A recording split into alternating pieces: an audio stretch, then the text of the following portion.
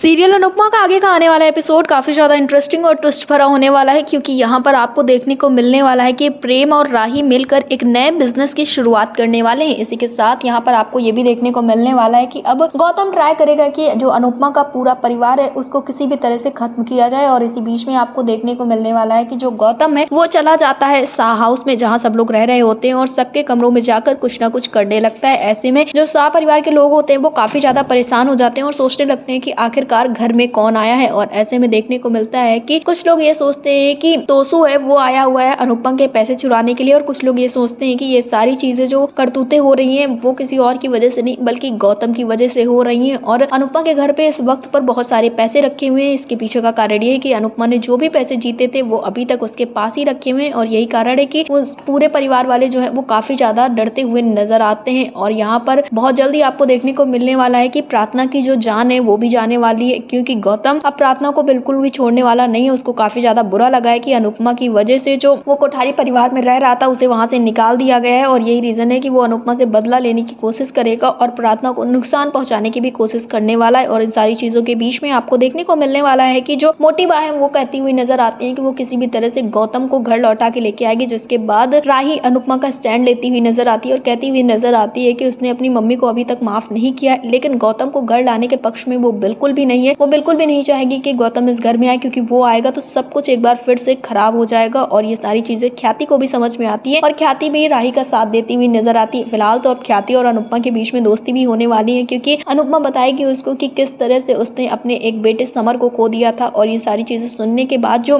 ख्याति है वो काफी ज्यादा परेशान हो जाती है, और वो भी सोचती है कि अनुपमा ने भी बहुत सारे स्ट्रगल्स किए हैं। फिलहाल तो पहले ख्याति काफी ज्यादा नाराज थी, लेकिन अब ख्याति जब सुनती है कि अनुपमा ने कितना ज्यादा स्ट्रगल किया है, अनुपमा ने भी अपने बेटे को खोया है, तो जिसके बाद उसे ये एहसास होता है कि जो उसके बेटे की मौत हुई यानी कि आर्यन की मौत हुई वो अनुपमा की वजह से नहीं हुई थी, बस वो एक कोइंसिडेंस था जिस वजह से उसकी मौत हो गई। जिसके बाद अनुपमा और ख्याति के बीच में भी सब कुछ ठीक होता हुआ नजर आने वाला है। फिलहाल आपको क्या लगता है आखिरकार जो प्रार्थना की मौत है वो किसकी वजह से होती है, गौतम की वजह से या फिर तोसू की वजह से? हमें कमेंट बॉक्स में जरूर बताएं।